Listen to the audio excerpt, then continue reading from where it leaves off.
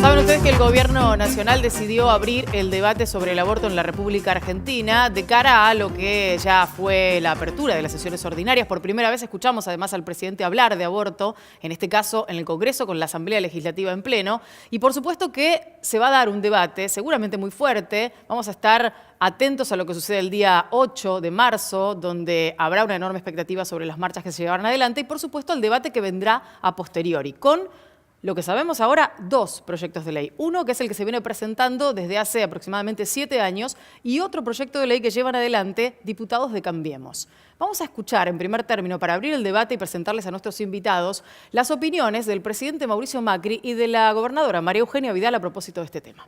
Tengo una convicción de que la vida es algo tan maravilloso, tan único, que aunque lleguen circunstancias no pensadas, tiene que primar esa alegría que te genera. Pero igual siento que siempre ese es un tema que se debate en el Congreso y yo, expresando mi convicción, siempre les he dado libertad de conciencia a los legisladores para que cada uno se exprese de la manera que lo crea conveniente. En Cambiemos no hay disciplina partidaria en relación a la posición del aborto. Cada uno tiene su posición. De hecho, Laura Alonso está a favor de la despenalización y otras referentes también de Cambiemos, que respeto mucho y con las que trabajamos. Yo no. Yo he dicho sistemáticamente en cada campaña donde me han preguntado y me parece muy bien que sea parte de las preguntas que nos hacen, más allá de que hoy no sea candidata, que yo estoy en contra de la despenalización del aborto.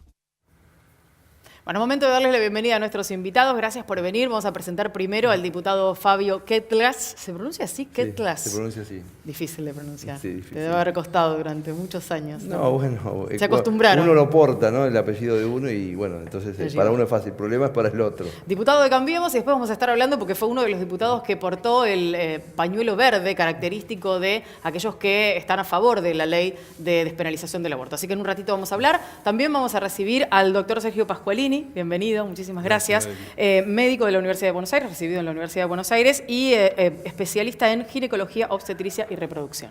Bienvenido. Muchísimas gracias por venir, doctor. Y también recibimos al doctor Mario Sebastiani.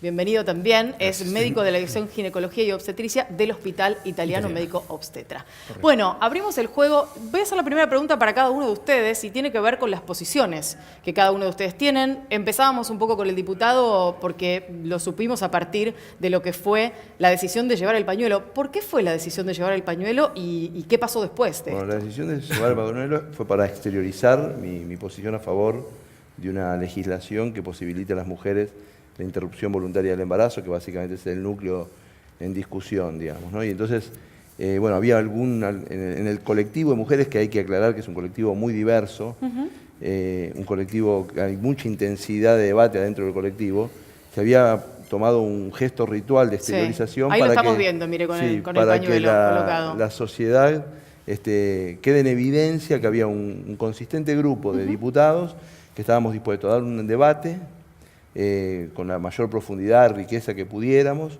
que en ese debate teníamos posición tomada, que esa posición no era una posición producto de un exabrupto, sino que era una posición pensada. Y bueno, todo eso estaba simbolizado en ese pañuelo. Quiero preguntarle una sola cosita antes de darle paso a Nacho para tener datos y cuestiones más importantes que tienen que ver con los números, que es parte de lo que se va a discutir y debatir seguramente. ¿Va a acompañar el proyecto original que fue presentado ya varias veces o el del diputado Whisky? Las diferencias son mínimas. El diputado Whisky ahora plantea una cuestión de aplicación del protocolo, etcétera. Yo creo que entre este momento cero, digamos, de la deliberación parlamentaria y el momento del recinto cuando se vote, estos proyectos, esto pasa por 4 comisiones: legislación general, legislación penal, minoría y familia y salud, e inclusive los nombres de las comisiones dan toda una perspectiva, digamos, de las distintas cuestiones que están implicadas en esto. No va a llegar al recinto, va a llegar al recinto probablemente un solo proyecto, y no va a llegar al recinto, creería yo, lo mismo que se escribe ahora, porque ese va a ser un momento, el trabajo en comisión, de mucha posibilidad de enriquecimiento, de comparación con lo que está pasando en otros países, de evaluación de políticas públicas. Hay una cantidad de cuestiones alrededor del tema. Por ejemplo, el tema del presupuesto público a la sanidad pública, ¿no? O sea, nosotros si ahora le transferimos este tema de sanidad pública a los hospitales y decimos el número de interrupciones voluntarias es tanto, Claro. ¿cuánto más presupuesto le tenemos que dar? Claro. Ahora nos vamos a meter con los números y con los temas y quiero escuchar la opinión de ambos médicos en este caso, pero te quiero preguntar, Nico, sobre esta cuestión en particular, sobre la que tiene que ver con el hecho de que cambiemos, con muchas posiciones en contra, manifiestas públicamente, con algunos diputados y senadores que han decidido que van a votar a favor. ¿Cómo se dan las cuestiones políticas dentro del propio partido? Bueno, lo primero que hay que tener en cuenta es que nos hemos acostumbrado en los últimos años a tener una posición de prácticamente pertenencia sumisa entre legisladores y el jefe político, ¿no? De golpe, cuando nos encontramos que un presidente dice que hay libertad de conciencia para sus legisladores, lo tomamos como algo novedoso, como algo distinto, cuando en realidad los diputados son elegidos de otra forma, el presidente es presidente del Ejecutivo, los diputados son del Poder Legislativo y tendría que ser algo normal y natural. Claro. Ahora, esta libertad de conciencia dentro de Cambiemos, a ver, los radicales de la provincia de Buenos Aires ya comprometieron su voto a favor, los radicales de la ciudad de Buenos Aires lo mismo.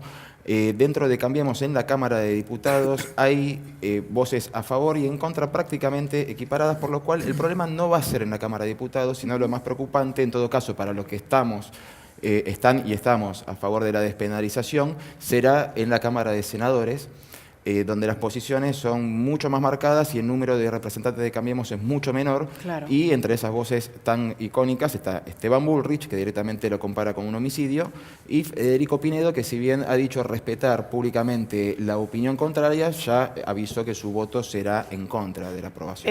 Los doctores Sebastiani y Pasqualini tienen sus opiniones y tienen formadas esas opiniones a partir también del trabajo de ustedes dentro de un área que es de mucha pertenencia. Yo quiero conocer estas posiciones porque imagino que no es sencillo poder decir uno está a favor o en contra, no es blanco o negro todo esto y tiene sus matices y me gustaría conocerlos. Empiezo por el doctor Sebastiani. Yo diría que estamos en una situación grave que es blanco-negro y la preocupación sería exactamente que vamos a ir a una contienda donde no hay empate y la estamos tomando como si fuera Boca River, pero sin empate. Ajá. Si gana el no, la pregunta que tenemos que hacernos todos es ¿quién ganó ese día? ¿Ganaron las mujeres? El día que es no, porque yo definí en un blog mío los guapos del Senado, así. Sí. Los guapos del Senado salieron ese mismo viernes a decir, acá esto no pasa, como diciendo, esto, jueguenlo en diputados, pero acá esto no pasa. Entonces yo me pregunto, si gana el sí, tenemos una puerta abierta, yo diría, para parecernos a los países, no que lo tienen despenalizado, que no tienen enfermedad, que no tienen muerte y que han hecho cosas para disminuirlo. Pero además que consideran que vos tenés dignidad para venir a una institución y que te ayudemos. En cambio, el no, me pregunto, ¿quién gana con el no? Con estos guapos del con todo respeto, señores senadores, claro, por supuesto, pero ¿quién gana? Las mujeres no, porque van a seguir en la indignidad de la clandestinidad. Y además van a tener una interrupción del embarazo que es insegura. Y con los embriones, porque además ellos son los que son pro vida y nosotros somos abortistas, somos más. Doctor, usted hablaba justamente de pro vida y me parece que es uno de los ejes centrales a la hora de la discusión que tiene esas líneas así un poco más susceptibles y quiero preguntarle al doctor Pasqualini sobre su posición, porque entiendo que usted está a favor de que se discuta, pero no está a favor del aborto. Yo creo que ninguno de los que estamos acá está a favor del aborto. O sea, yo puedo contar mi experiencia desde mi formación como médico ginecólogo.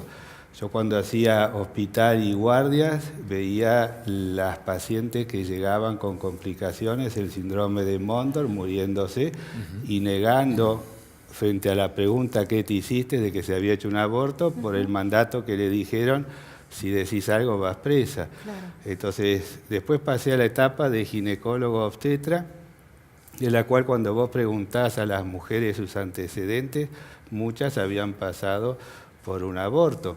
Después la etapa de la reproducción y también muchas de ellas arrepintiéndose después de lo que habían hecho, otras no salían la conversación, claro, porque marca seguro que te queda con un aborto. ¿Hay una cuestión dogmática dentro de su posición? Se lo pregunto porque muchas de las personas que mantienen esta posición tienen una cuestión dogmática de por medio. Es que si yo te digo estoy a favor de la despenalización para que disminuyan los abortos, vos me vas a decir de qué estás hablando. Es que yo estoy convencido que la despenalización puede llevar a la disminución del aborto, La ley de educación sexual está dormida por más que hay una ley hace 12 años. Esto va a movilizar a todos para que se hagan las cosas como corresponde. La educación en general se está enfocando, se está tratando de solucionar toda la desidia que hubo tantos años.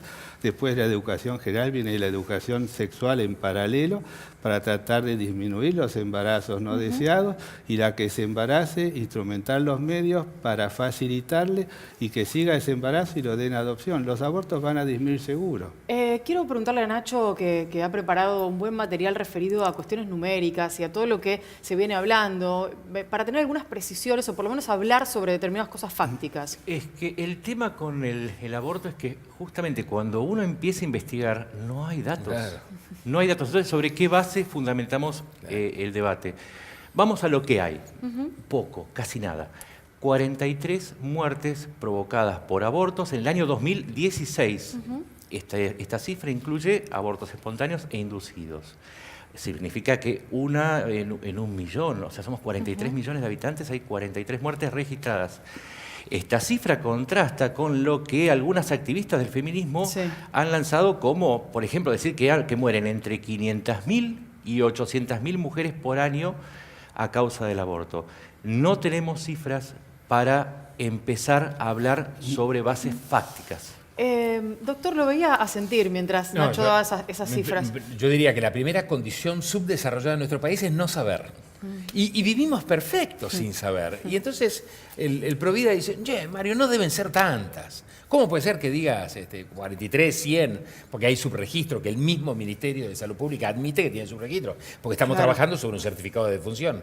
Y es un certificado hecho por humanos, que tiene que ver con ciertas y determinadas cosas. Entonces, yo diría, si queremos, digamos, cifras, hay que despenalizarlo. Googlea Italia, googlea España, googlea Canadá y te dice cuáles son las cifras, pero así, no con decimales. Allí están las cifras. Pero están las cifras y son reales. Diputado, nosotros, en cambio, es todo límbico lo nuestro. Y vivimos, yo diría, subdesarrolladamente. Aceptamos esta cosa de que no lo sabemos y nadie quiere sacarlo de esto. Entonces, la despenalización traería cifras en las cuales uno podría trabajar para hacer política pública. El diputado quería aportar algo. Por favor, que justamente apoyando lo que dice el doctor, es que la visibilidad no es neutra en términos políticos. La opacidad tiene efectos políticos y la transparencia tiene efectos políticos.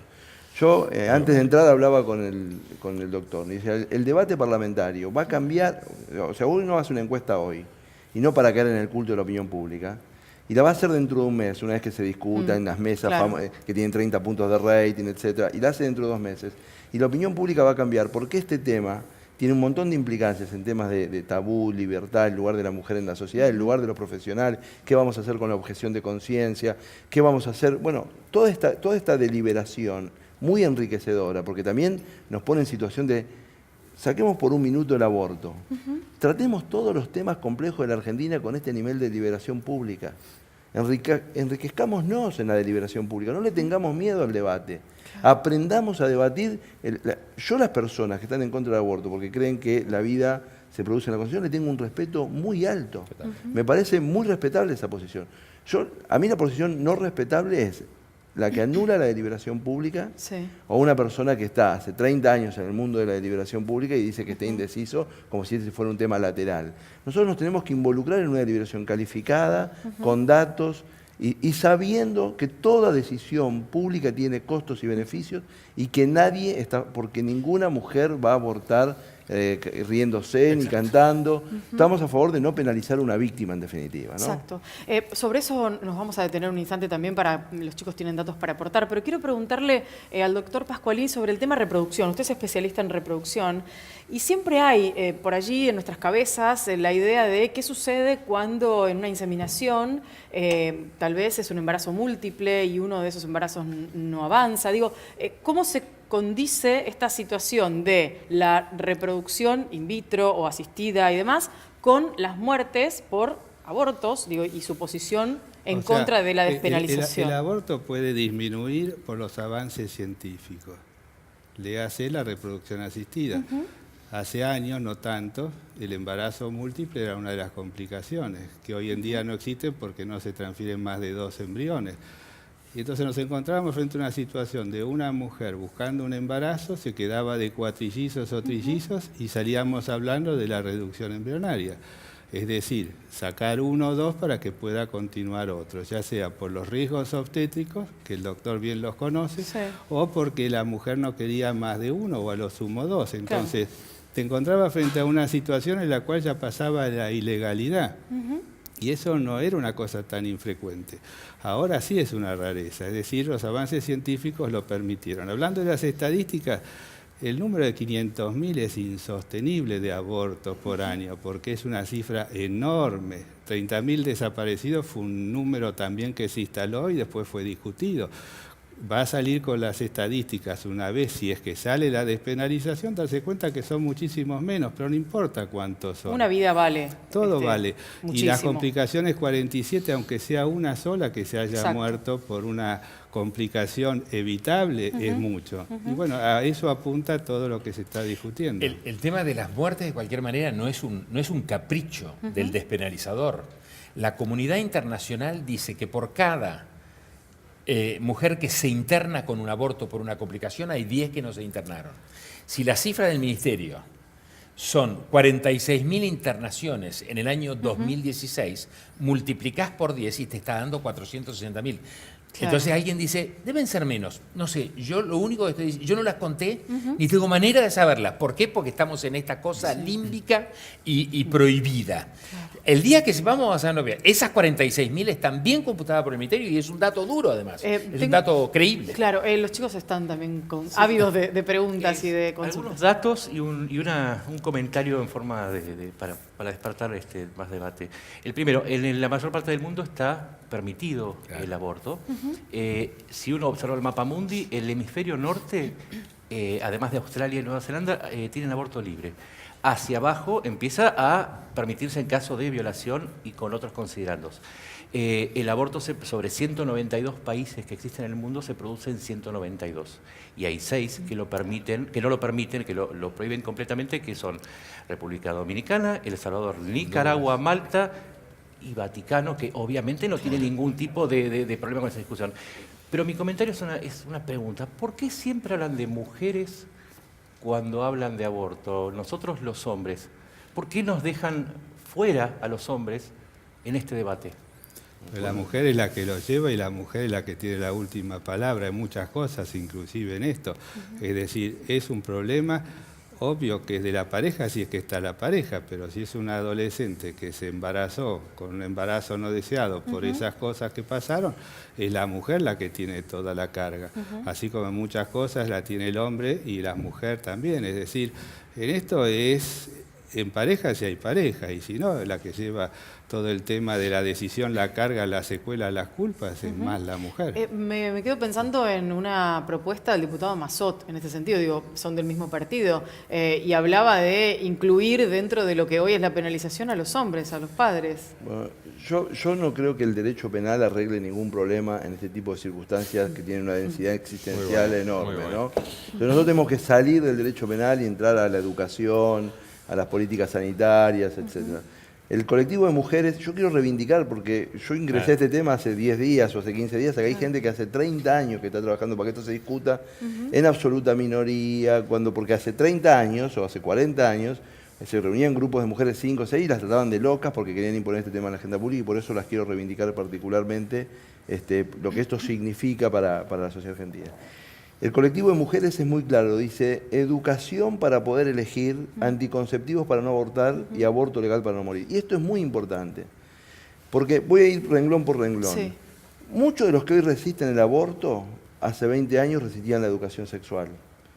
Y que si en primario, porque son muy chicos, en secundario, porque no sé qué, siempre hay algún motivo. Y la educación sexual en Argentina, que tiene un prisma tremendo, porque tiene un prisma absolutamente biológico, etcétera, no le decimos que la sexualidad es algo para disfrutar, y que justamente porque es para disfrutar y es tan intenso y tan movilizador, tenemos que cuidarnos. Lo hacemos desde un lugar, hay un resabio religioso, de un lugar pecaminoso, como que tener sexo es algo prohibido, etcétera. Entonces es muy difícil decirle a un adolescente que las hormonas le están estallando y que eso no es malo, prohibido, etcétera, y porque es muy difícil educar desde ese lugar. Después, anticonceptivos para no abortar. Un programa federal intenso, que llegue a cada rincón de la República, que haya una opción en los métodos anticonceptivos, que sean los profesionales que para cada caso, por edad, por posibilidad, por manejo, etcétera, elijan el más adecuado a cada mujer. Se han relajado mucho las campañas, de hecho, sí, muchísimo, casi que no hay, podríamos y, decir. y probablemente si en una generación sola, si en 20 años sostenidamente tuviéramos un programa, no lo precisaríamos más. Porque después habría una transferencia de madres a hijas o de padres a hijos, etcétera, y quedaría instalado socialmente. O sea, que estamos invirtiendo mal, invertir un poquito durante 100 años, cuando tenemos que invertir 10 años o 20 años firmemente, Con gran claro, intensidad. exactamente. Y por último el aborto como posibilidad, que es recuperar un espacio de libertad para las mujeres, ¿no? Es un nuevo renglón como opción en el Código Penal, digamos, la posibilidad de que sea la mujer quien elija. Ahora, yo, que lo respeto muchísimo a Nico, etcétera, lo hablaría con él en términos filosóficos, pero yo creo que hay que correrse un poquito del Código Penal. Nico. Sí, diputado, volviendo al tema de la libertad de conciencia, ¿cómo se puede plantear un debate dentro del Congreso, dentro de la Cámara de Diputados, con libertad de conciencia, cuando las dos posiciones contrapuestas tratan de homicidas a los que quieren despenalizar el aborto y estamos en una posición un poco extrema, partiendo de la base de la incoherencia de que un aborto espontáneo, entonces si es un homicidio, un aborto inducido, el espontáneo tendríamos que estar velando embriones? ¿Cómo se hace un debate cuando la otra posición es sos un homicida? Dos cosas. Yo no voy a mí me van a resbalar las ofensas, no lo voy a tomar porque eso desviaría el debate a una cuestión de quién gritó más fuerte, etcétera. Entonces, como yo quiero centrar el debate, quiero que el debate sea enriquecedor, me pueden decir homicidio, yo no lo voy a decir respecto de nadie. Me parece un absurdo, digamos, me correría de ese lugar. La segunda consideración en relación a esto que vos decís. Hay una cuestión, ¿no? O sea, los principistas siempre creen que son moralmente superiores a los pragmáticos. Pero el principista es un señor que se desatiende de los resultados. Dice, la chica fue violada, no importa, la vida. El pragmatismo es visto como una cuestión irresponsable. Existe una cosa que se llama pragmatismo responsable. Yo no estoy a favor del aborto. Mi solución es una solución pragmática, de salud pública. Digo, la penalización no ha evitado los abortos, solo los ha hecho más inseguros. O sea, mi posición pragmática no es porque soy un tipo que no me importan los principios, sino que justamente porque me importan, busco un camino para que esos principios se materialicen. El principista se desatiende de los resultados. Entonces, Permítame agregar una cosita más. En una posición en el punto medio también están los que dicen, bueno, pero el aborto ya está despenalizado para los casos de violación, con lo cual partimos primero, una gran mentira porque ha habido casos en Corrientes, hubo uno hace muy poco tiempo de una chica de 9 años que llegó tarde el fallo y ya era tarde para abortar. Pero incluso esas personas, hay como cierta incoherencia, porque de golpe esa vida no es inocente, o sea, de golpe el embrión tiene la culpa de haber sido concebido bajo una violación. O sea, hay ciertas incoherencias que complican el debate legislativo, que uno hace prever que va a ser un debate muy áspero. Incoherencia de personas e incoherencia de instituciones. Ahí hay una incoherencia de personas en el sentido de decir, bueno, ya en la legislación argentina hay ciertos abortos que los permite, con lo cual no es absoluto el tema de la defensa de la vida, etc. Pero incoherencia de instituciones. 9 provincias argentinas no tienen los protocolos para que los profesionales puedan actuar. Claro.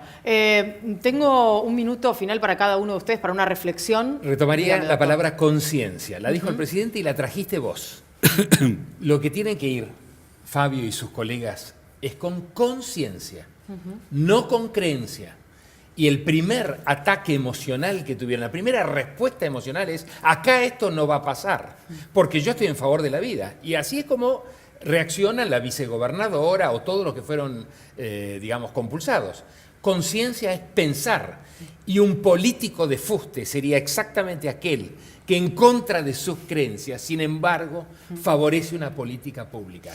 El presidente lo dijo, es ingeniero, pero dijo, vayan con conciencia, libertad de conciencia, no vayan con su rosario, con la Torá, vayan a resolver problemas de política pública. Perdóname. Existen dos diferencias, el embrión antes de implantar y el embrión después de implantar. El embrión después de implantar tiene estatus de persona, lo dijo la Corte Interamericana de Derechos Humanos. Interrumpir el embarazo, si se lo quiere considerar homicidio, lo consideran homicidio. Es algo que tiene gran potencial de seguir adelante. Como dijo Fabián, hay que ser pragmático y hay que solucionar un problema que está para tratar de que no ocurran las complicaciones y disminuir los abortos trabajando en forma integral. Pero después de implantar, no es lo mismo interrumpir un embarazo de 2 semanas que uno de 5 meses o agarrar al chiquito y matarlo después de nacer, porque en ese caso va preso, la que se hace de 2 meses o 3 semanas o lo que sea, no va preso porque no hay nadie preso por eso. Es un debate muy, muy profundo. Estamos para cerrar Un una segundo. sola línea. Giscard d'Estaing, cuando era presidente de Francia, fue a verlo a Juan Pablo II. Y le dijo, como católico, estoy en contra del aborto, pero soy presidente de una república laica y plural. Exacto. Y yo me debo a un mandato de los ciudadanos. Entonces, como presidente de Francia, no voy a vetar la ley de aborto. No trajo el pañuelo, ¿no? No. Ah, pensé que lo había traído. Muchas gracias a los tres por haber venido. Va a ser un tema que seguramente vamos a seguir y vamos a seguir analizando y profundizando con otros especialistas. Gracias.